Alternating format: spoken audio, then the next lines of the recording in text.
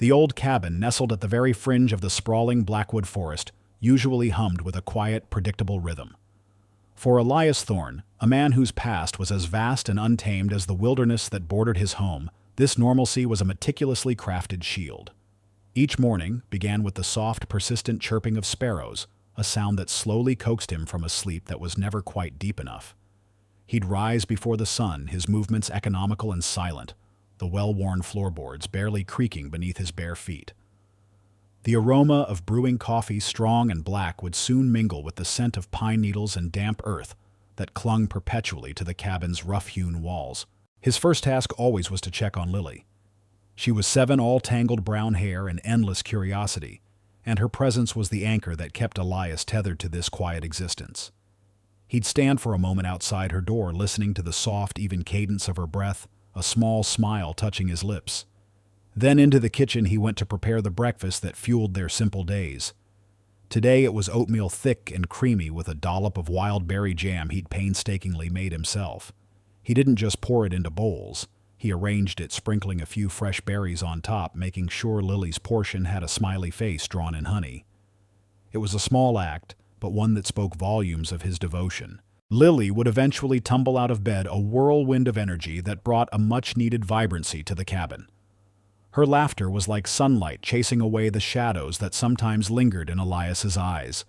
Their mornings were a ritual breakfast at the small, scarred wooden table, Lily recounting dreams of flying squirrels and talking bears, Elias listening with a patience that belied his often tense inner world. After breakfast, while Elias performed mundane chores like chopping firewood or mending a loose fence post, Lily would draw. Her creations, often vibrant, fantastical landscapes populated by friendly monsters and brave knights, were taped haphazardly to the refrigerator, a colorful mosaic against the rustic wood.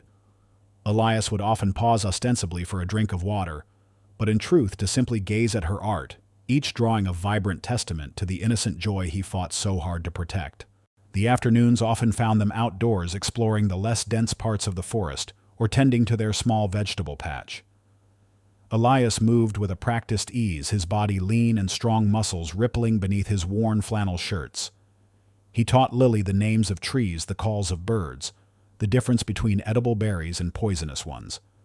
He was a silent sentinel in these moments, his gaze constantly sweeping the perimeter, a lifetime of heightened awareness, impossible to fully switch off.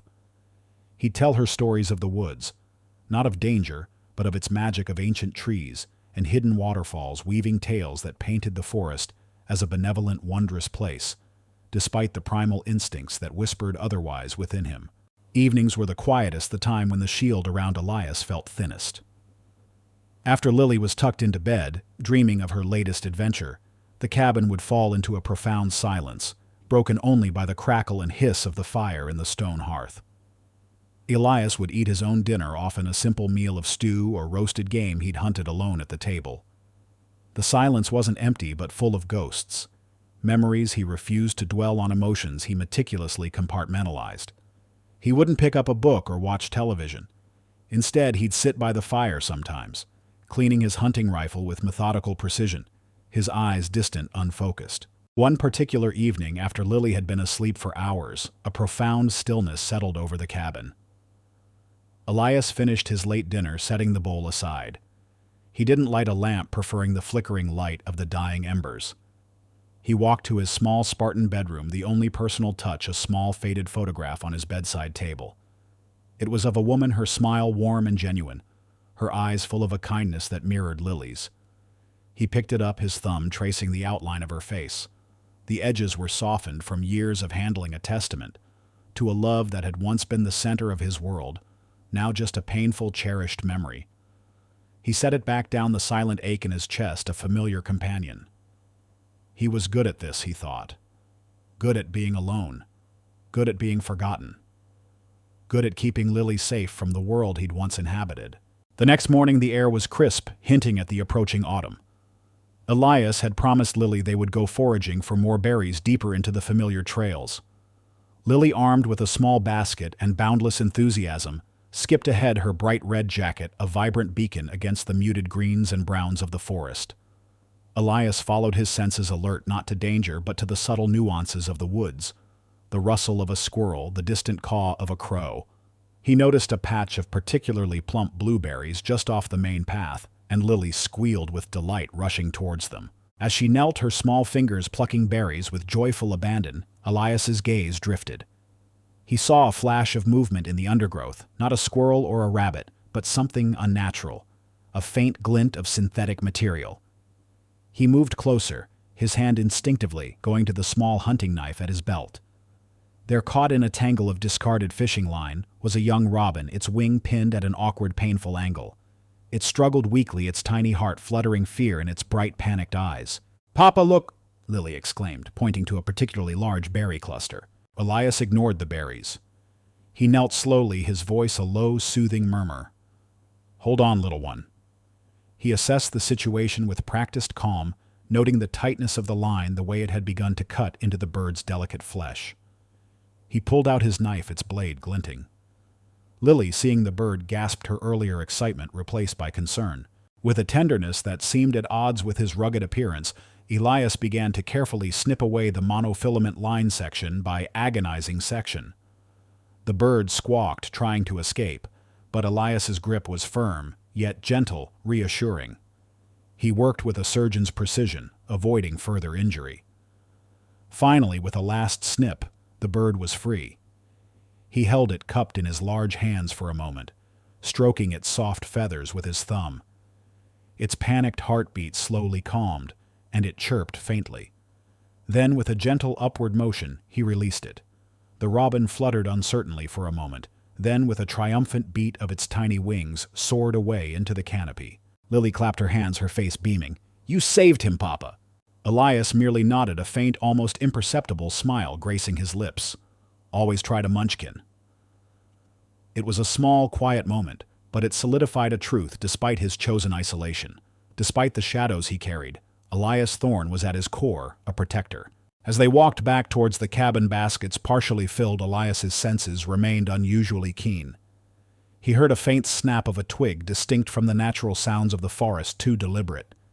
He glanced towards the sound, his eyes narrowed, scanning the dense foliage. Nothing. Then a faint, almost imperceptible scuff mark on the soft earth by the trail side, not from an animal too large, too human. He paused, his head cocked slightly, listening. A distant, almost imperceptible hum, like a vehicle engine idling far, far away. It was an unfamiliar sound, out of place in their isolated corner of the world. He dismissed it, shaking his head slightly.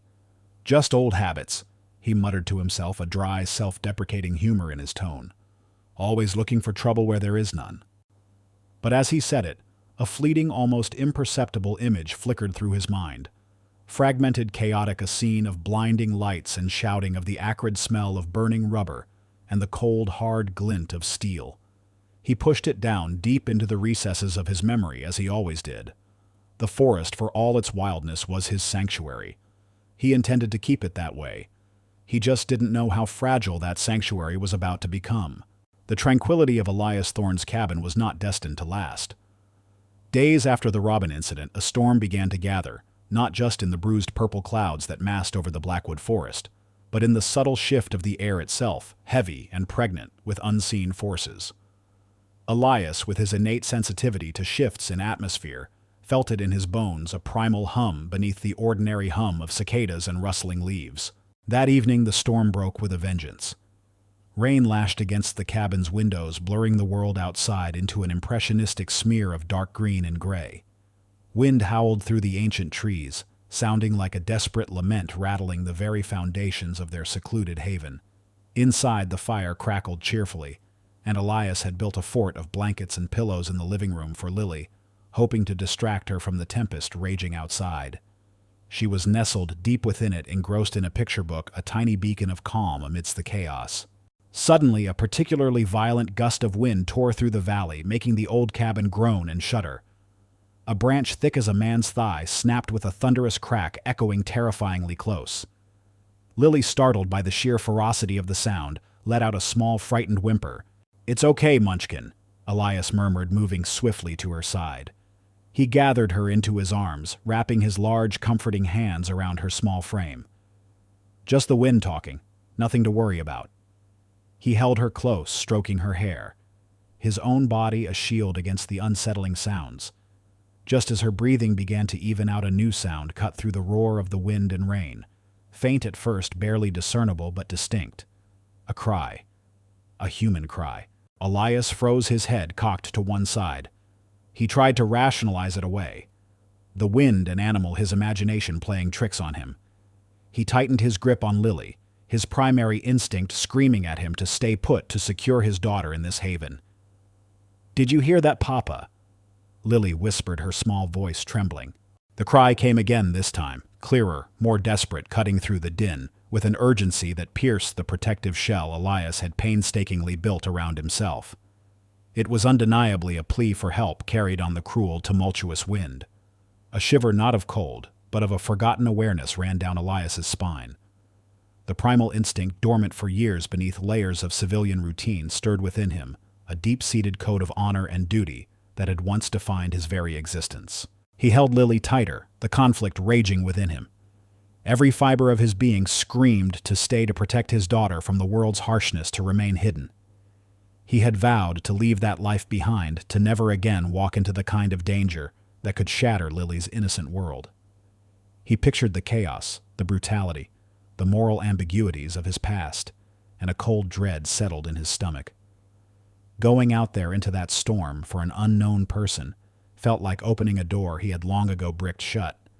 It felt like betraying the quiet life he had built for Lily and for himself. His gaze unconsciously drifted to a dusty, almost forgotten shelf in the corner of the living room.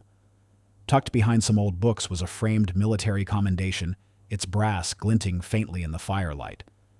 It was for distinguished service, for bravery beyond the call of duty, for missions he had sworn to forget.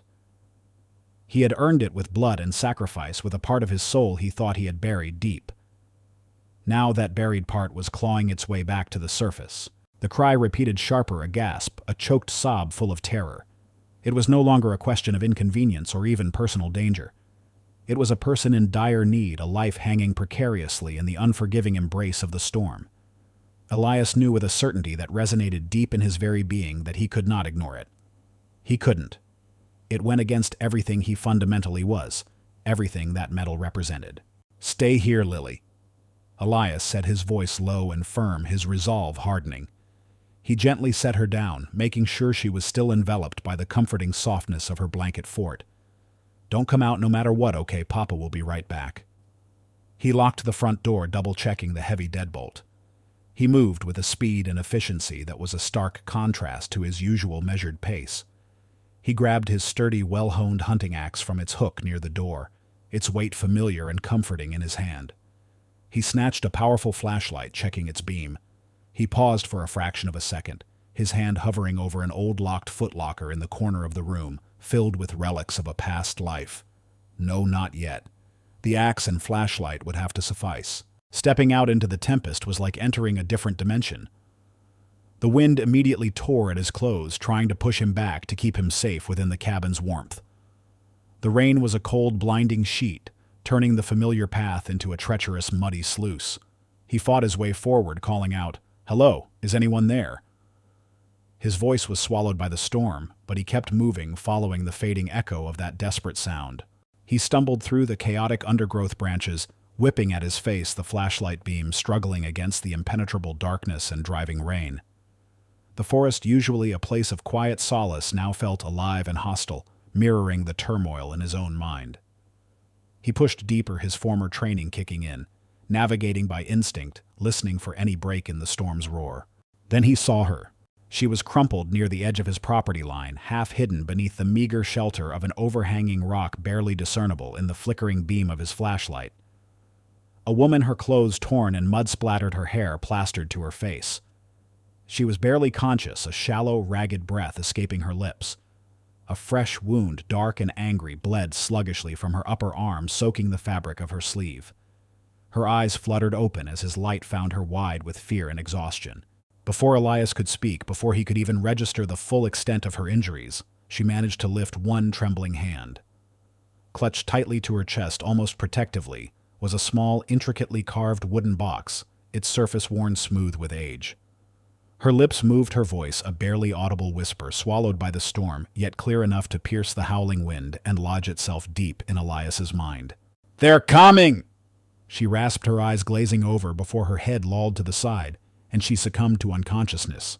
Elias stared down at her, the rain washing over his face, indistinguishable from the cold sweat that had broken out on his forehead. The simple, quiet life he had so carefully built, the sanctuary he had so desperately sought, was irrevocably shattered. The past he had buried was not only back, it had been dragged to his doorstep, bleeding and broken, and it whispered of untold dangers. Elias Thorne was no stranger to the sight of blood or injury, but this was different. This wasn't a mission brief or a training exercise. This was his home, his responsibility, and a direct threat to the fragile peace he had built. He assessed the unconscious woman with a swift, practiced gaze, noting the pallor of her skin, the shallow rise and fall of her chest, the blood still oozing from the deep gash on her arm. His mind, honed by years of operating under pressure, immediately shifted into a mode he thought he had permanently deactivated. There was no time for hesitation, no room for the internal debate that had plagued him moments before. He lifted her, surprised by her lightness, and carried her carefully back through the storm. The wind still howled, but its roar seemed muted, now replaced by the urgent beat of his own pulse. He pushed open the cabin door, the warmth inside a stark contrast to the brutal cold outside. Lily, peering out from her blanket fort, her eyes wide with a mixture of fear and curiosity, gasped at the sight of the bloodied woman in her father's arms. "Stay put." "Lilybug." Elias commanded gently, his voice firm but reassuring. He carried the woman to his own bed, laying her carefully on the clean sheets. Her dark hair was matted with mud and rain, her features obscured, but he could see the delicate line of her jaw, the faint scar above her eyebrow. He moved with a quiet efficiency that would have astounded anyone who knew only his current life as a reclusive single father. He retrieved his first aid kit, a far more comprehensive collection of medical supplies than any civilian should reasonably possess, tucked away in a locked box under his bed.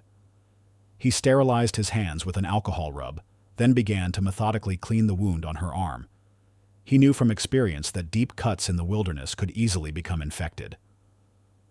His movements were precise, his fingers deft, as he irrigated the wound, applied antiseptic, and then with surprising skill used fine sutures to close the gash. He had learned these skills in the field under conditions far worse than this, and the muscle memory was still profoundly ingrained. As he worked, he noted a distinctive, intricate tattoo on her inner wrist, a stylized serpent entwined around a dagger. He recognized it instantly, a symbol associated with a shadowy, highly dangerous international organization he'd encountered in old classified intelligence briefings. A cold dread settled in his stomach. This wasn't just a random accident. This woman was hunted, and her pursuers were likely not far behind. Just as he finished bandaging her arm, securing a thermal blanket around her, he heard it. Not the wind, not the rain, but something else, a subtle disruption in the natural symphony of the forest. The faint, almost imperceptible rustle of leaves that wasn't from the wind. The muffled crunch of a boot on a pine needle, too rhythmic, too deliberate. His senses, long suppressed but never truly dormant, screamed in alarm. They were here. He moved silently, a ghost in his own home. He checked the front window, peering through the rain-streaked glass. Nothing visible, but the air felt heavy, charged. He moved to the back, then to the side. There, silhouetted against the dark, stormy sky, were figures moving through the trees, dark shapes shifting with a practiced, almost unnerving stealth. They weren't random hunters. Their movements were too coordinated, too precise. These were trained professionals. Anya, the woman, stirred, her eyes fluttering open. She was disoriented, her gaze hazy, but as she looked at Elias, then out the window at the approaching figures, her eyes snapped into focus, a spark of fear reigniting within them. She tried to speak, but only a weak croak escaped her lips. "Shh!" Elias whispered, his voice low and urgent. He moved with a speed that startled her, but it was not aggressive, rather controlled and deliberate. He gently but firmly lifted her from the bed. "Lily Fort now. Stay low. Don't make a sound." He didn't wait for a response, trusting his daughter's innate obedience. He herded Anya, still weak, towards the cabin's hidden cellar entrance, a reinforced hatch beneath a rug in the pantry, designed for emergencies he hoped would never come. It was a relic from his initial paranoid days in self-imposed exile, now proving chillingly prescient. "What? Who are you?" Anya managed to whisper, her eyes wide as she witnessed Elias's transformation. The quiet, gentle father was gone, replaced by a man of coiled strength and lethal purpose. She saw the way his eyes constantly scanned, assessing threats, the fluid economy of his movements, as he moved through the cabin, quickly securing windows, bracing the door. She saw the calm authority in his face as he reassured Lily, his voice a low rumble that nonetheless conveyed absolute command. This was no ordinary man. This was someone forged in a crucible of conflict, a warrior in hiding. From outside, through the dense foliage, the lead antagonist, a cold, calculating man named Kale, watched Elias's precise movements. Kale had expected to find a frightened civilian, a soft target. What he saw was a man moving with the tactical efficiency of a seasoned operative, a ghost from his own past, from a world Kale thought he alone commanded. He saw Elias secure the cabin, move the woman and child, and then inexplicably disappear from view, as if he'd melted into the walls. A flicker of annoyance, then intrigued curiosity, crossed Kale's otherwise impassive face. This wasn't going to be as simple as he'd hoped. "Fan out," Kale barked into his comms, his voice a low growl. "Surround the cabin. No direct assault yet. I want eyes on every exit. This one's not a civilian." He paused, then added, "And bring me that box." His men, disciplined and ruthless, fanned out their movements, silent like predatory shadows. Hours crawled by. The storm began to subside, leaving behind a dripping, echoing silence. Elias, hidden within the cabin's darkened interior, was a still, watchful presence. He peered through a narrow slit in the boarded-up window, his eyes piercing the gloom. He saw the subtle glint of moonlight on metal, the brief silhouette of a man moving between trees. They were there, waiting, patient. Anya, recovering slowly in the cellar with Lily, listened intently. She heard Elias's movements above light and careful, a sentinel guarding their lives. She heard the distant muffled calls of the men outside, their voices like whispers carried on the damp air. She clutched the wooden box to her chest, its smooth, cool surface a tangible connection to the reason for this deadly pursuit. As dawn approached, painting the eastern sky with faint hints of bruised purple and gray, Kale made his move. He didn't attack directly. Instead, he approached the cabin's perimeter, his voice amplified by a bullhorn slicing through the morning stillness. "Elias Thorne. We know who you are. We know what you are. Give us the woman and the box. This doesn't have to get messy for your child." Elias felt a cold rage blossom in his chest. They knew about Lily. He gripped the hunting axe tighter, his knuckles white. Kale continued, his voice dripping with menace. "You think you can hide. You think you can outrun us. We are Legion Thorne. You are one man, and we will have what is ours." As if to punctuate his threat, Kale himself walked forward, stepping out of the trees and into the muddy clearing around Elias's property. He carried a small, sharp knife. With a deliberate, chilling motion, he carved a symbol into the trunk of a large oak tree near the cabin, the same stylized serpent entwined around a dagger that was tattooed on Anya's wrist. It was a clear, unmistakable message, a declaration of war and a promise that this was far from over. Elias watched the symbol appear, a dark stain against the pale wood. His heart pounded, but his mind was crystal clear. The isolation, the peace, the normalcy, it was all a lie. His past had found him, dragged him back into the shadows, and now it threatened the one person he cherished above all else. He was no longer just a single dad. He was a former Navy SEAL, and the fight had just come home. The carved serpent and dagger symbol on the oak tree burned into Elias's mind. Kale wasn't just a pursuer. He was an architect of chaos, a man who understood the value of psychological warfare. His words, "We know about your child," had struck a raw nerve, cutting through Elias's steely resolve to expose the fragile core of his being. This wasn't just about Anya and her mysterious wooden box anymore. It was about Lily, about the sanctity of their secluded life, now desecrated by a ruthless enemy. Elias knew Kale wouldn't just sit and wait. The symbol was a promise, and Kale's reputation, which Elias dimly recalled from his past life, was built on fulfilling his promises no matter how cruel. He had to be proactive to take the fight to Kale before Kale brought it crashing down on their heads. As the sun began its ascent, painting the sky with hues of bruised purple and orange, Elias began to fortify his small sanctuary. He moved with a renewed urgency, his actions precise and economical. He reinforced the windows with planks from his woodshed, creating narrow firing slits.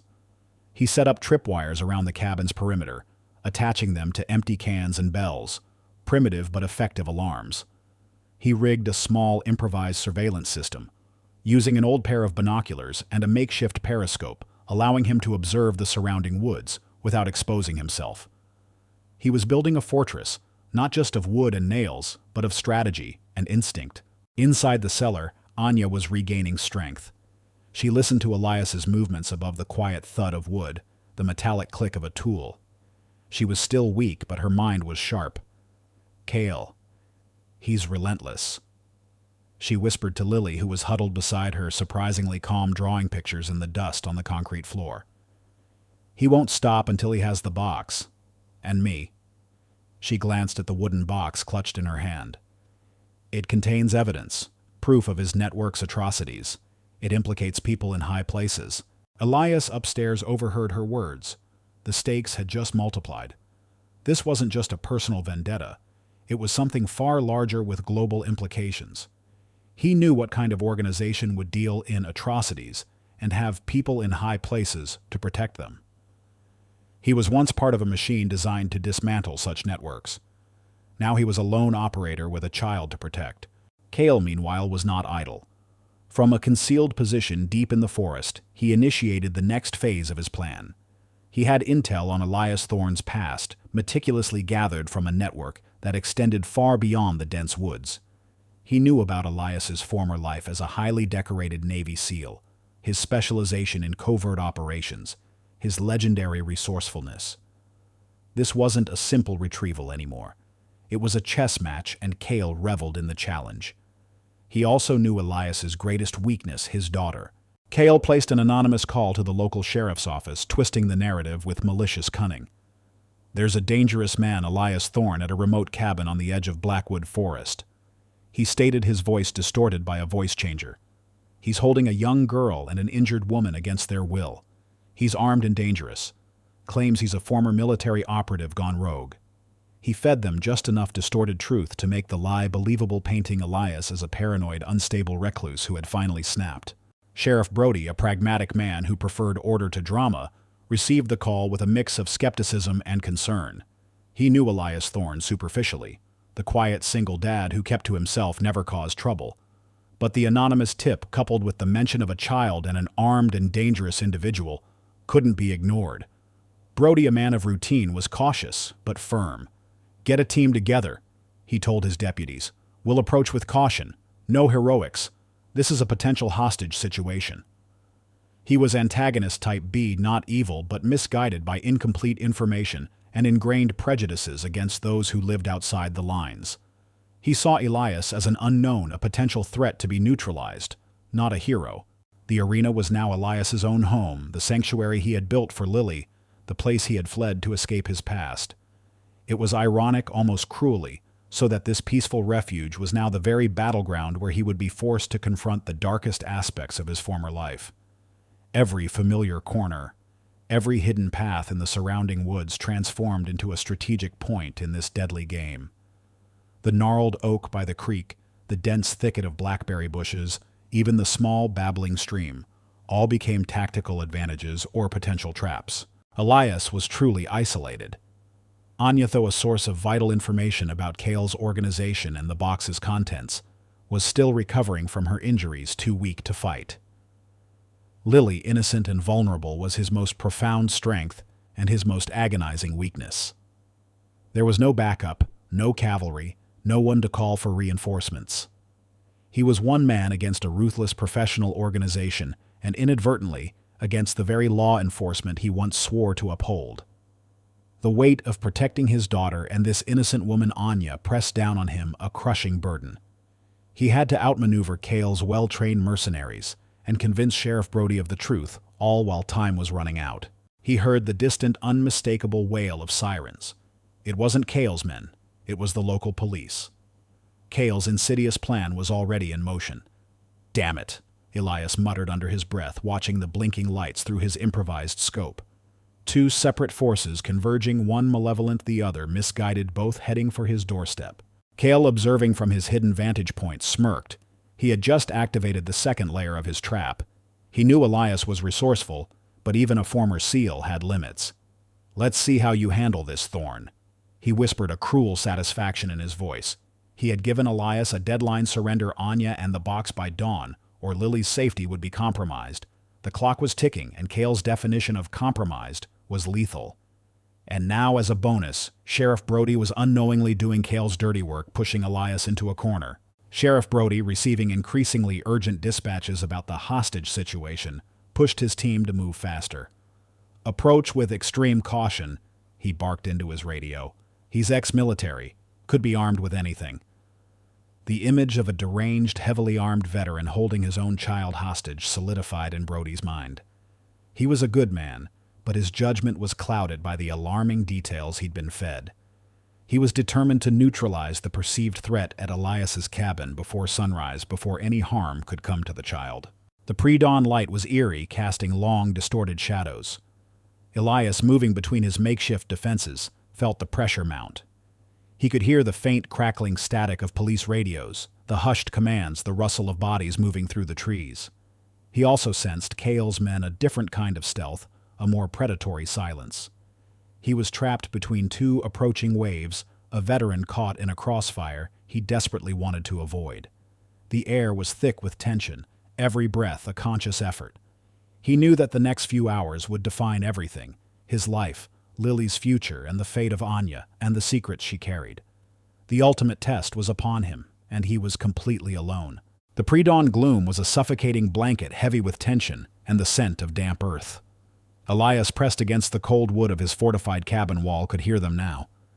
The hushed commands of Sheriff Brody's deputies closing in from the west, their flashlights occasionally cutting through the mist like predatory eyes, and the almost imperceptible movements of Cale's men, silent as specters approaching from the east.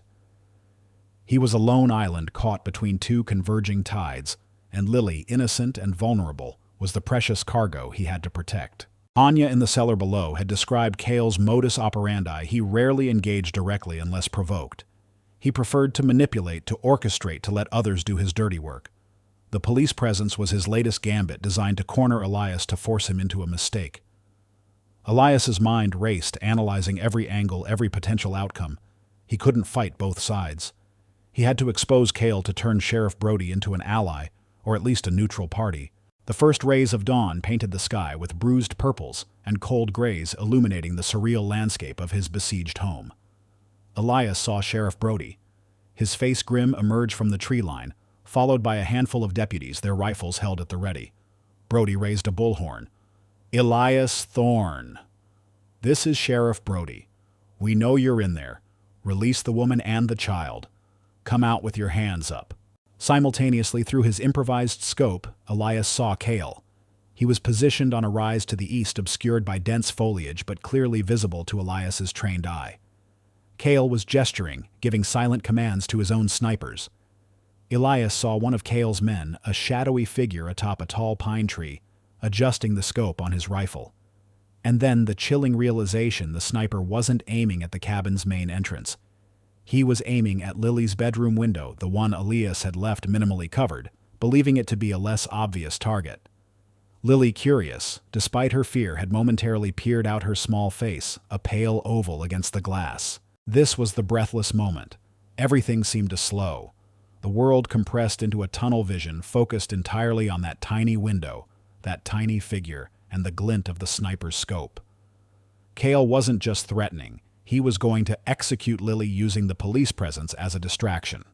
Brody's team, focused on the front door, would never see it coming. Elias moved. Not with panic, but with a sudden devastating efficiency that belonged to a different life. He didn't have time to explain, to plead. He had to show them. With an impossible calculated risk, Elias flung open the front door. "Sheriff, he's going for Lily!" he roared, his voice raw, cutting through the morning stillness like a physical blow. He didn't wait for a response. As Brody and his deputies instinctively flinched, startled by his sudden appearance, Elias launched his counterattack. He grabbed a small improvised flashbang he'd fashioned from a spare propane canister and some firecrackers, a desperate last-minute creation, and hurled it towards Cale's sniper's position with pinpoint accuracy. The explosion was deafening, a blinding flash of light and a concussive boom that disoriented Cale's man, and drew the deputy's attention directly towards the east. As the sniper stumbled, momentarily blinded, Elias took aim with his hunting rifle. He didn't aim for the man, but for the scope of his rifle. Crack. The bullet struck true, shattering the optics with a precise, almost surgical strike. The sniper swore his weapon useless. Brody and his deputies, momentarily disoriented by the flashbang, now swung their weapons towards the sound, towards Cale's hidden positions. They saw the chaos, the dark figures emerging from the trees, confused and exposed by the unexpected attack. One of Cale's men, a hulking brute, seeing his sniper taken out, instinctively broke formation and charged towards the cabin, a silenced pistol raised. His target was clear, the woman and the child inside. Elias saw him. He didn't waste a bullet. As the man neared the porch, Elias kicked open the door, fully using its momentum to swing the heavy axe he still held. It wasn't a killing blow, but a perfectly timed, disarming strike. The axe connected with the man's wrist, forcing him to drop the pistol, which skittered across the porch. Elias then slammed the door shut, trapping the man outside, disarmed and exposed. Through the window, Anya watched in stunned silence from the cellar stairs, her hand clasped over Lily's mouth to muffle any sound. She saw Elias move like a phantom, a blur of controlled violence. The man who had been so quiet, so unassuming, was now a whirlwind of lethal precision. He wasn't attacking the police. He was protecting them, and in doing so, he was exposing Cale. Sheriff Brody, bewildered by the rapid escalation, watched Cale's remaining men emerge from the tree line, not attempting to negotiate, but trying to breach Elias's defenses. He saw the disarmed man on the porch.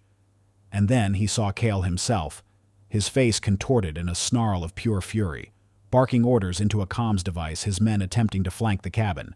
"Hold your fire!" Brody roared to his deputies, his voice filled with a dawning, terrible realization. The pieces clicked into place, the anonymous call, the exaggerated claims, Elias's desperate shout, the sniper aiming at the child's window.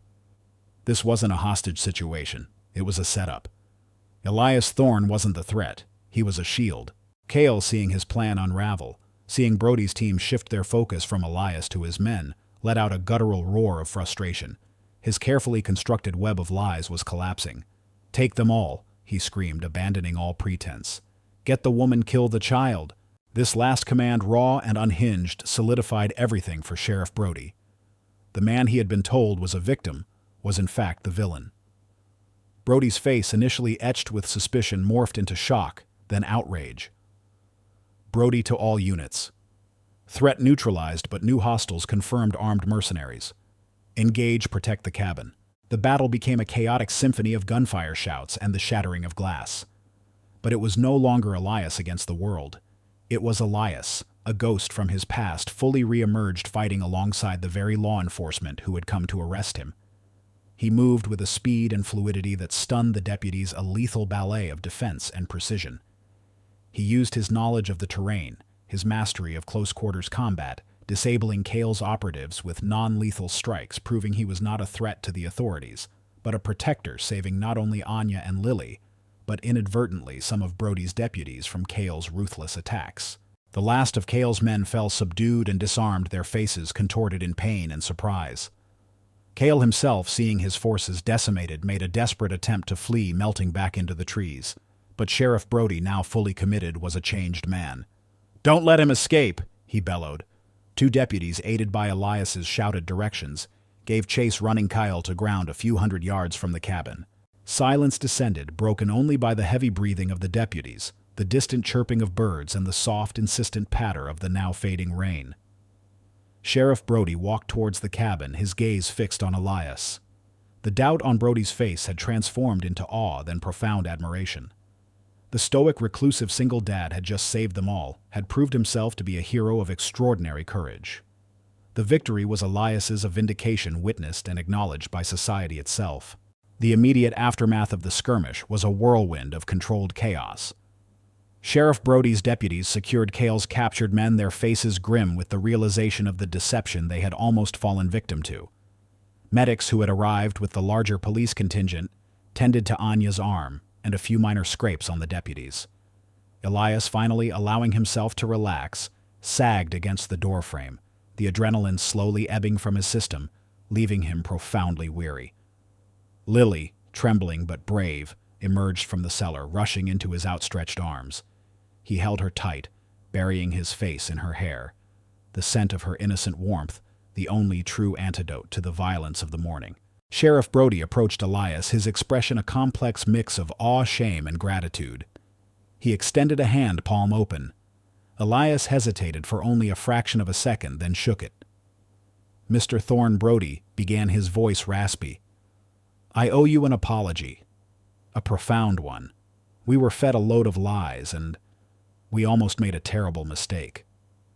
His gaze swept over the bullet-riddled trees, the disarmed mercenaries, then back to Elias. "You saved my men. You saved that woman and your daughter. You're no rogue. You're a damn hero." Elias simply nodded the title, feeling foreign and heavy on his shoulders. He wasn't a hero. He was a father fiercely protective who had simply done what was necessary. Kyle, Type A antagonist apprehended deep in the woods by Brody's deputies, was brought back in handcuffs. His face was a mask of cold fury, his eyes burning with undiluted hatred for Elias. But his rage was impotent now. Anya, strengthened by the victory, stepped forward, clutching the wooden box. She presented it to Sheriff Brody, explaining its contents: encrypted data, financial ledgers, and coded messages that exposed Kale's vast network of illicit arms dealing, human trafficking, and political manipulation. It implicated figures far beyond the Blackwood Forest, reaching into the highest echelons of power and wealth. Kale's empire, built on greed and cruelty, crumbled under the weight of irrefutable evidence. He would not only face local charges, but an international investigation, ensuring his downfall was absolute and proportionate to his crimes. He would lose everything he cherished: his power, his freedom, his influence. Sheriff Brody, Type B antagonist, now fully enlightened, took immediate action. He publicly cleared Elias's name, issuing a press release that lauded his bravery and condemned Kale's malicious deceit. He ordered his deputies to assist Elias in repairing the cabin, and even offered to send extra patrols around the property for the foreseeable future, ensuring Elias and Lily's peace of mind. Later that week, Brody personally visited the cabin, not in uniform, but in plain clothes, bringing a basket of provisions and a genuine, heartfelt apology. He spoke to Elias about his own blind spots, his ingrained tendency to trust official reports over intuition, and admitted his prejudice against Elias's reclusive lifestyle. He didn't just apologize.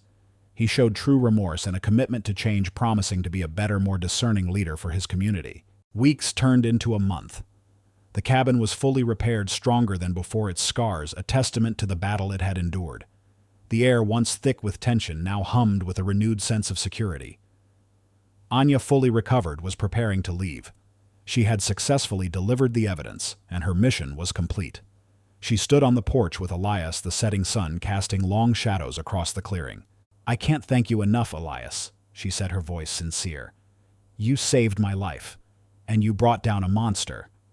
She offered him a substantial sum of money, a reward from the international agency she worked for.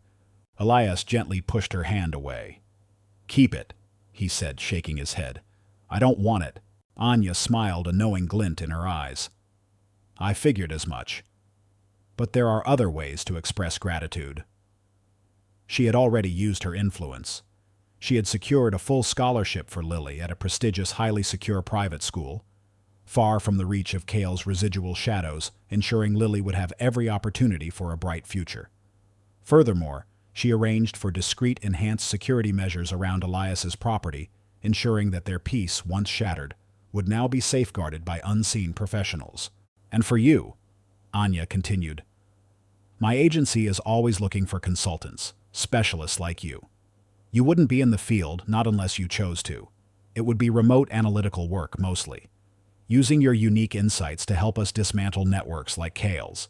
You could work from here, balance it with your life with Lily." Elias considered it. It was an opportunity not just for financial stability, but to use his skills for good, to contribute without sacrificing his primary role as a father. It was a chance to reintegrate into a purposeful life on his own terms. "I'll consider it," he said, a faint smile touching his lips. It was the closest he'd come to acceptance. Later that evening, after Lily was asleep, Elias and Anya sat by the dying embers of the fire. The silence between them was comfortable, filled with unspoken understanding. "You're a legend," Elias, Anya said quietly, staring into the flames. "What you did. It was beyond anything I've ever seen." Elias chuckled softly, a sound rarely heard.